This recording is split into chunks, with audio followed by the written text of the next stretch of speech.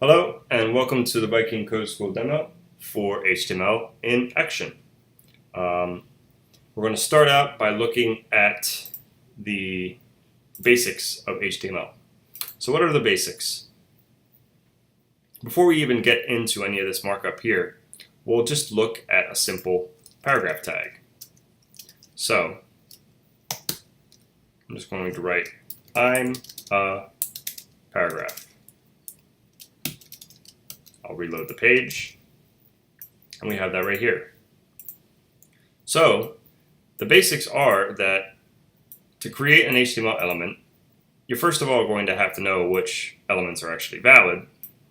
So there's lists of valid HTML elements. One of my favorite resources is W3 Schools, because I think it does have a great reference for all of the tags. Another one is MDN HTML elements. So both of these resources have, all of the elements that you're going to need listed here with detailed information about how to use them. So the basics of creating an HTML element is that the opening tag has these angle brackets surrounding it, and the closing tag also has the angle brackets surrounding it, but with this / before the name. And that tells the HTML parser that this is a closing tag, and we are done with this HTML element, this paragraph tag. But as you can see here, I have this page rendered over here. So how's that happening? We are accessing the URL localhost 3000 basics.html.